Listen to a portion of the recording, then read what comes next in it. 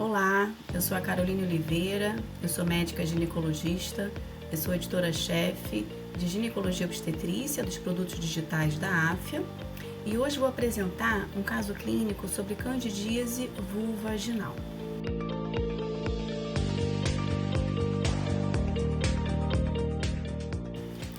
Uma paciente de 43 anos, sexo feminino, relata início há 2 semanas de coceira de prurido e corrimento vaginal alterado.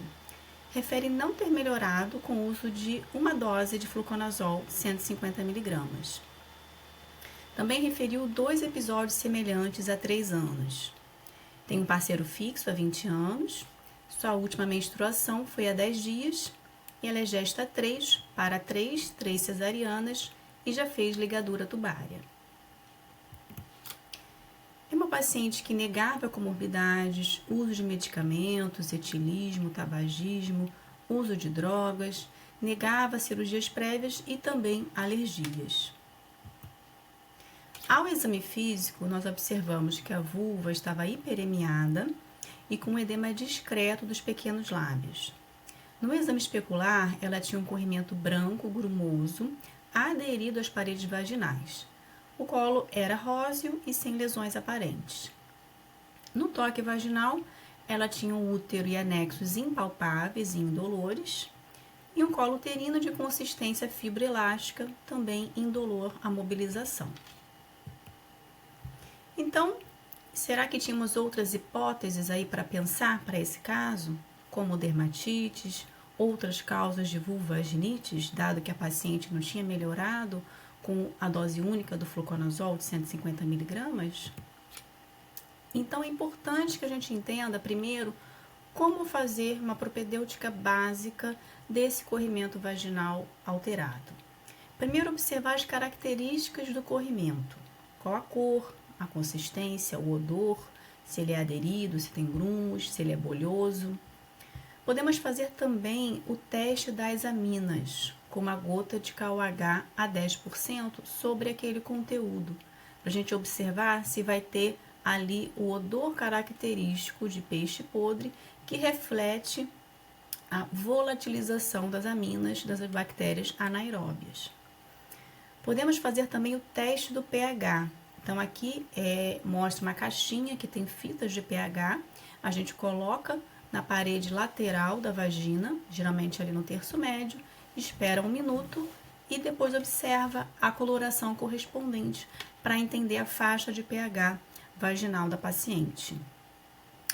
Podemos fazer também, e é necessário em muitas situações, a microscopia a fresco, para a gente entender qual é o perfil ali bacteriano da paciente, se tem aumento de polimorfos nucleares, o padrão celular.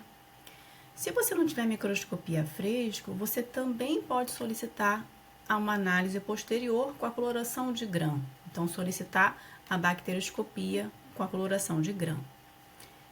A cultura, às vezes, é necessária e também temos testes moleculares para rastrear infecções sexualmente transmissíveis e também temos testes moleculares para avaliar a presença da cândida naquele conteúdo vaginal. Então, aqui é uma coloração de Gram, mostrando a presença de esporos e pseudohifas, confirmando a candidíase. Na microscopia a fresco, para a candidíase, se possível, o ideal é que seja feita na fase lútea, pois onde a gente tem um pH menor e facilita a multiplicação do fungo.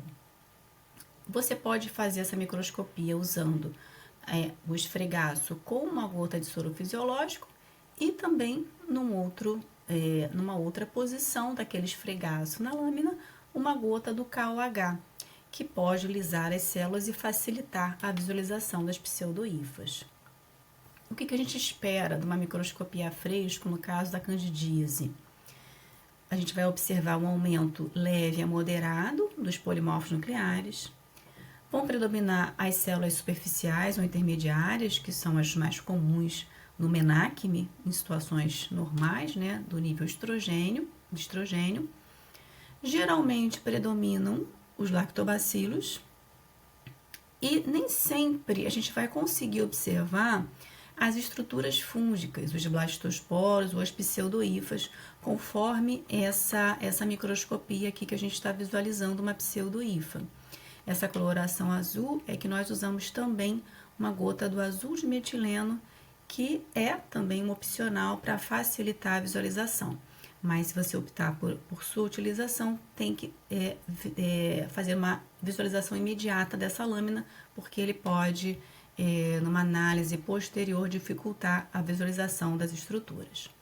Bem, mas nem sempre a gente vai ver os blastosporos e as pseudohifas, tanto que a sensibilidade da microscopia fresca é variável e vai mudar, claro, de acordo com a sua experiência, mas ela varia entre 43% e 78%. Então, tem uma taxa aí de falsos negativos que pode ser relativamente alta.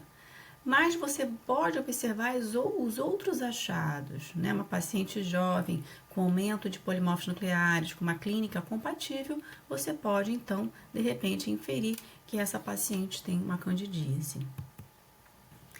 O grande ponto é você classificar bem o quadro da sua paciente.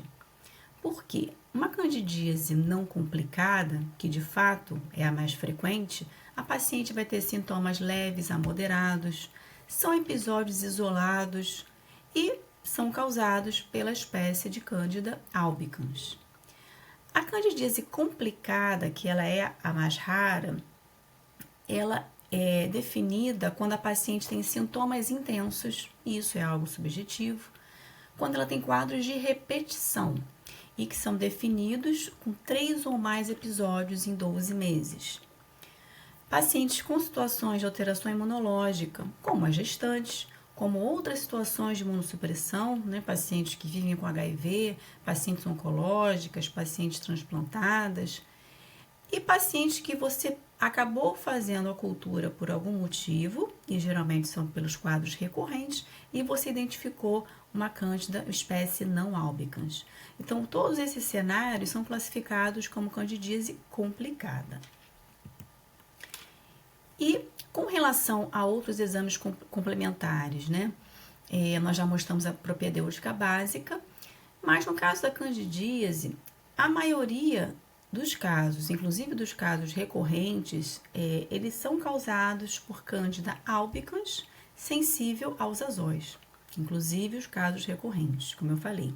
Então, a cultura ela não precisa ser realizada de rotina. E caso você faça, ela vai levar de 30 a 40 dias para ter um resultado, né? Uma cultura de fungo, ela demora. A importância da gente definir qual é a forma da candidíase, se ela é complicada ou não complicada, é que isso vai definir o melhor tratamento para a sua paciente.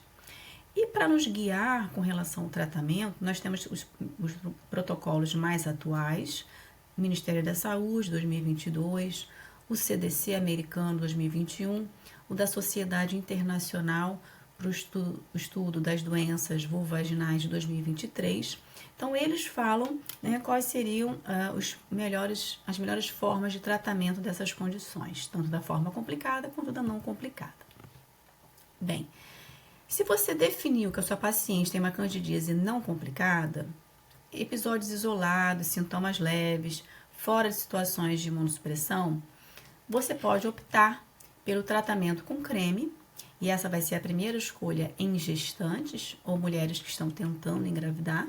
Então, elas não podem fazer os azóis orais, por isso que o Ministério da Saúde, inclusive, coloca como primeira opção. Pode ser o miconazol, outro creme com outro derivado imidazólico por 7 noites, por exemplo. Pode ser a anistatina por 14 noites. Mas, se ela não está gestante e nem está tentando engravidar naquele momento, você também pode optar pelo fluconazol 150 mg via oral, dose única. Então, o fluconazol ele entra ali como segunda opção quando a gente considera o protocolo do Ministério da Saúde. Mas, tanto pelo CDC ou pelo protocolo da ISSVD de 2023, ele também é uma primeira opção, claro, se a gente considerar as não gestantes. O itraconazol, ele é uma segunda opção e ele é equivalente ao fluconazol. Então, tanto faz o fluconazol, dose única, ou o itraconazol, nesse esquema que está descrito ali, também realizada em um dia são alternativas para a forma não complicada da candidíase. Agora, a forma complicada, ela vai precisar de um tratamento mais prolongado. E algumas pacientes em que você identificou, inclusive, que é uma espécie de Cândida não albicans, você vai precisar de outros tratamentos antifúngicos que não os azóis. Então, por exemplo, se você definiu que a paciente tem uma forma complicada por sintomas intensos, ela vai fazer minimamente 3 doses do fluconazol de 150 miligramas. É uma dose a cada 72 horas. E se ela tiver uma forma de repetição, você vai, então, depois entrar no esquema de manutenção semanal por 6 meses. Tem opções também com creme, como com clotrimazol, faz 14 noites e depois 2 vezes por semana, por 6 meses. Essa opção é interessante para aquelas mulheres que, porventura, podem engravidar ao longo desse tratamento supressivo e não poderiam estar usando os azóis orais, pelo risco de teratogênese. Outras opções para a espécie não albicans, a própria nistatina é bem interessante. Os óvulos de ácido bórico, 600 miligramas, também são uma excelente opção, porque vão agir tanto para a espécie não albicans e também para quebrar biofilme, que são frequentes nesses episódios mais recorrentes também. Então, temos essas opções aqui para as formas complicadas. Como a nossa paciente ficou? Na verdade, a nossa paciente, a gente classificou depois como uma forma complicada por sintomas intensos. Então, aquela dose única não foi suficiente porque ela precisava ali de um mínimo de 2 a 3 doses quando a gente pensa em uma paciente com sintomas intensos. Então, ela fez um comprimido do mesmo fluconazol a cada 72 horas, completou 3 doses e assim ficou bem, teve melhora do quadro clínico. E no caso da candidíase, não é necessário tratar parcerias, não é uma infecção sexualmente transmissível, apesar da atividade sexual ser um gatilho de fato para o surgimento da candidíase. Mas as parcerias seriam tratadas só se porventura elas também tivessem ali alguma manifestação da infecção fúngica.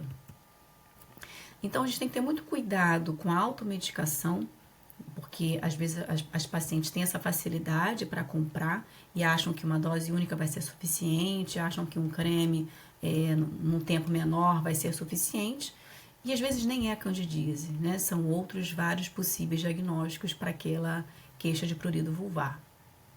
É importante que a gente faça essa propedêutica básica do corrimento vaginal, para a gente ter um diagnóstico mais assertivo também. E, confirmando a candidíase, a classificação adequada da forma clínica, se complicada ou não complicada, ela é fundamental para a evolução da sua paciente para a cura, né? Porque se você não tratar corretamente uma forma não complicada, ela pode não melhorar e aí confundir toda a evolução daquele quadro, quando na verdade apenas um ajuste das doses das medicações é que eram necessárias.